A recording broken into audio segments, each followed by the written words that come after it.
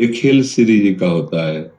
अब कहाँ गया, परम पद में गया, श्री जी के चरणों में गया, क्या उनका रहस्य है वो तो वही जाने सोई जाने, जय देव जलाए।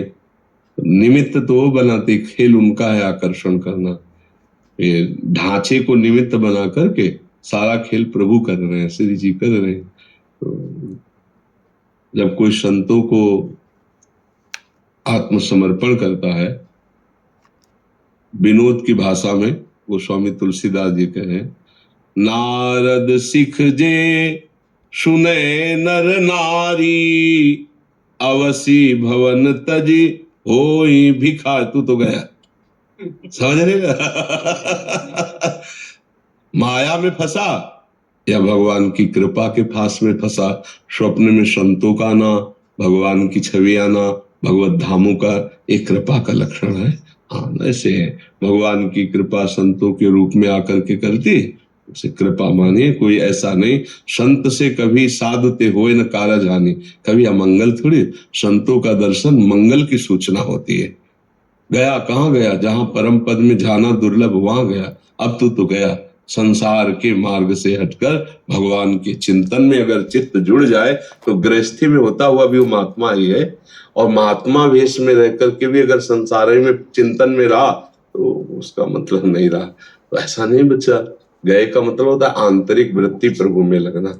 हाँ, ये देखो पीछे तुम्हारे जितने बैठे सब ब्रजवासी बैठे हैं, और सब नई अवस्था के बच्चे, सब दीक्षा लिए और सब गृहस्थ हैं और सब नियम से भजन करते हैं।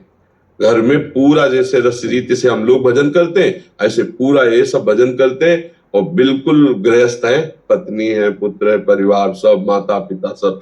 तो अब ये संत ही हैं, एक तो ब्रजवासी और दूसरे सारा दिन भजन में अपने संयम में और गृहस्थी में रह रहे हैं। तो ऐसे भी तो गृहस्थी में रहा जा सकता है। एक है शराब पीकर बेविचार करके जुआ खेल कर गंदे आचरण करके रहना, और एक है अच्छे आचरण करके समाज को सुख प्रदान करते हुए सच्चाई से भगवान का भजन करना।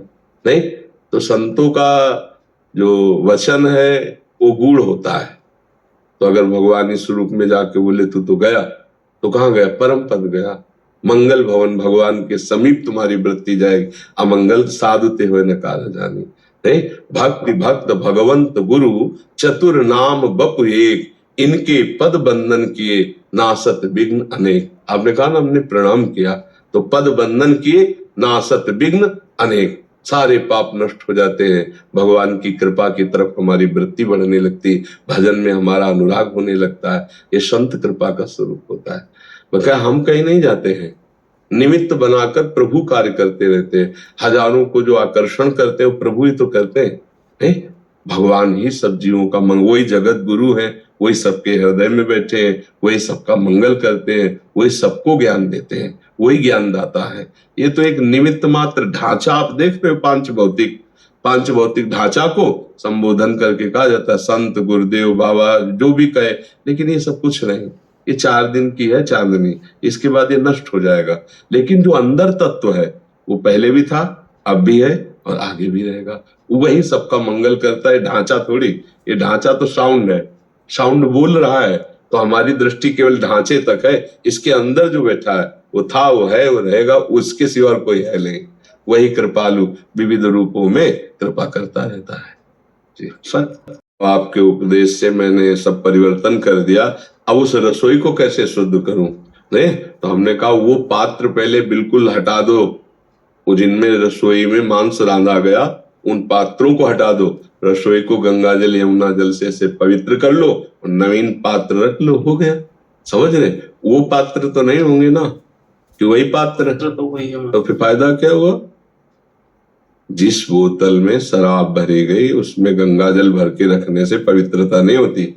ऐसे उन पात्रों को फेंक दो, हटा दो। इतने गरीब तो नहीं हो कि पात्र है जी। उन पात्रों को हटा दीजिए और रसोई को पावन कर दीजिए। कैसे उन पात्रों में तुम खा रहे हो हमारी बात मान करके भी? तो सुना था उसी दिन हटा देना था। कोई सोने चांदी के पात्र तो होते नहीं, आजकल तो स्टील के होते।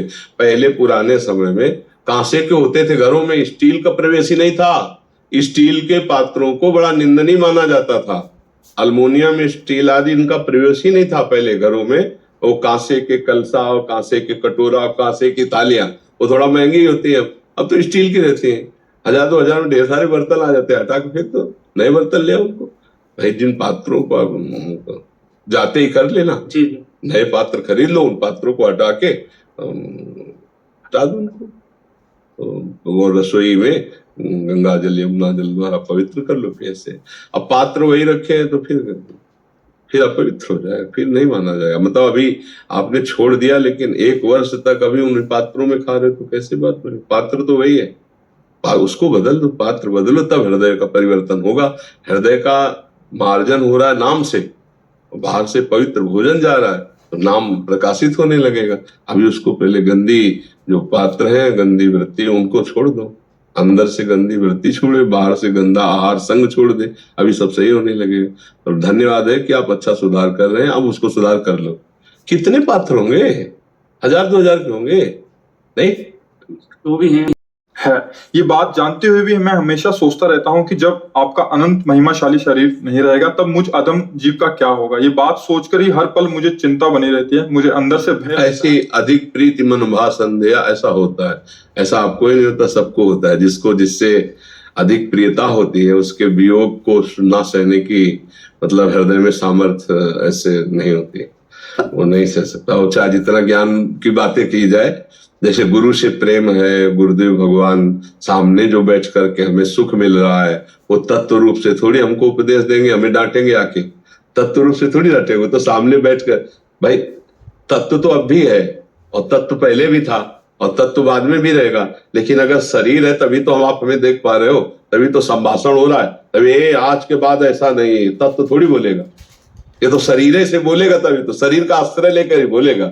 नहीं तो तत्व की वाणी समझने के लिए वो तत्व स्वरूप में स्थित होना पड़े। जैसे इस समय यहाँ शब्द है छाए हुए हैं, अब अभी ट्रांजिस्टर लाओ उसको लगाओ तो यहीं से पकड़ कर वो आपको सुनाई देगा। आप ट्रांजिस्टर लखनऊ लगाओ तो यहीं से वाणी पकड़ लेगा और सुना देगा। वायु में वाणी समाई हुई है लेकिन हम पकड़ थोड़ी पाएंगे, ट्रांजिस्टर पकड़। ऐसे ही तत्व की वाणी समझने के लिए तत्ववेत्ता चाहिए, लेकिन वही तत्ववेत्ता गुरु कृपा करके जब रूप धारण करता है तब हम उस वाणी को समझ पाते, तब महिमा को समझ पाते। तो हमारी बात तो बनी रूप से ना, तो हमारी आसक्ति रूप में हो जाती है गुरु के, और ये होना ही चाहिए। तो जब हमारी आसक्ति रूप में हो जाती है तो संसार की आसक्ति का नाश कराने के लिए भगवान कपिल देव जी ने कहा, जो आसक्ति संसार में हो जाती वो बंधन का कारण, वही जब किसी संत महात्मा से हो जाती तो वही मोक्ष का कारण बन जाती। तो संतों से या गुरुजनों से प्रीति होने पर फिर ये ज्ञान नहीं वहां काम करता कि तत्व रूप से हमको संभालते रहेंगे।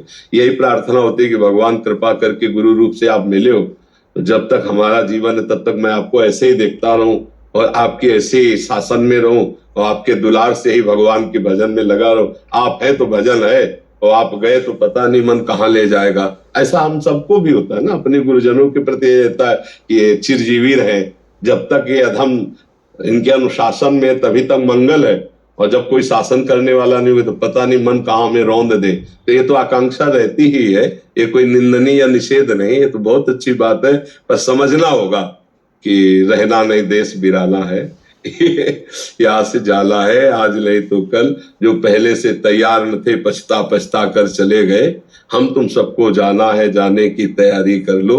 रहे न रावण सम अभिमानी, हिरणा कश्यप संबरदानी, खान विभव की खान जगत में कुछ दिन के मेहमान, भजले श्री भगवान जगत में कुछ दिन। चलना तो है यार, आज नहीं तो कल जाना तो पड़ेगा। ये सरकारी है, यहाँ ट्रांसफर होगा, ये बंगला भी नहीं रहेगा, ये व्यवस्था नहीं रहेगी, ये तो जाना पड़े। इसको सत्य को स्वीकार कर ले, तो इसीलिए अभी लाभ ले लो फटाफट जितना लाभ लेना है, नहीं तो फिर जब उनका, तो अब इसको तो जाना ही है। अच्छा, किसी के जैसे स्वस्थ शरीर तो आशा है कि चलो 40-50 वर्ष और जी जाएगा, यहाँ तो किडनी फेल है, इतने दिन डायलिसिस से शरीर चल रहा है, पर वो हम है ही नहीं। 1 बजे रात्रि से है ये दिनचर्या चल रही है, 1 बजे रात्रि से, और 10:15 बजे तक चलती रहेगी। हमारे पास समय नहीं सोचने का कि मैं बीमार हूं, मुझे पास समय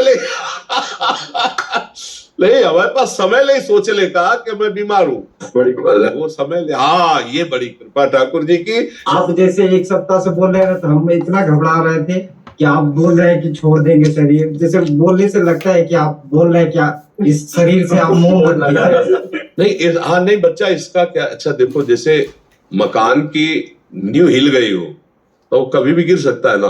बच्चा किडनी फेल है। लेकिन अंदर से पूरा ये हो जाता है जब से सुने आप। हाँ, आपका नहीं, बहुत लोग हैं, बहुत ऐसे प्रेमी जन है, बहुत ऐसे भावुक जन है कि अभी के रहते हुए कम से कम हम तो उसका लाभ उठा ले, इसलिए हम रह नहीं सके, आए अभी महाराष्ट्र में जॉब करते हैं। हाँ, बिहार से है। भले आ गए, कल का पता थोड़ी है कि आप तो बैठेंगे कि नहीं बैठेंगे। एक साल और भी खत्म हो गया जिंदगी का, आज जन्मदिन है मेरा, तो प्रभु जी मुझे तार दीजिए इस जीवन, और नहीं व्यर्थ करना। नाम जप करो। कर रहे हैं, जब से बहुत सुने आप। कृपया करके समझाने का। जैसे हम किसी संत महात्मा के समीप हैं, या किसी महापुरुष की सेवा में है, या किसी महापुरुष के आदेश से साधन में लगे हैं, तो हमारे अंदर एक आनंद की उमगन होती है।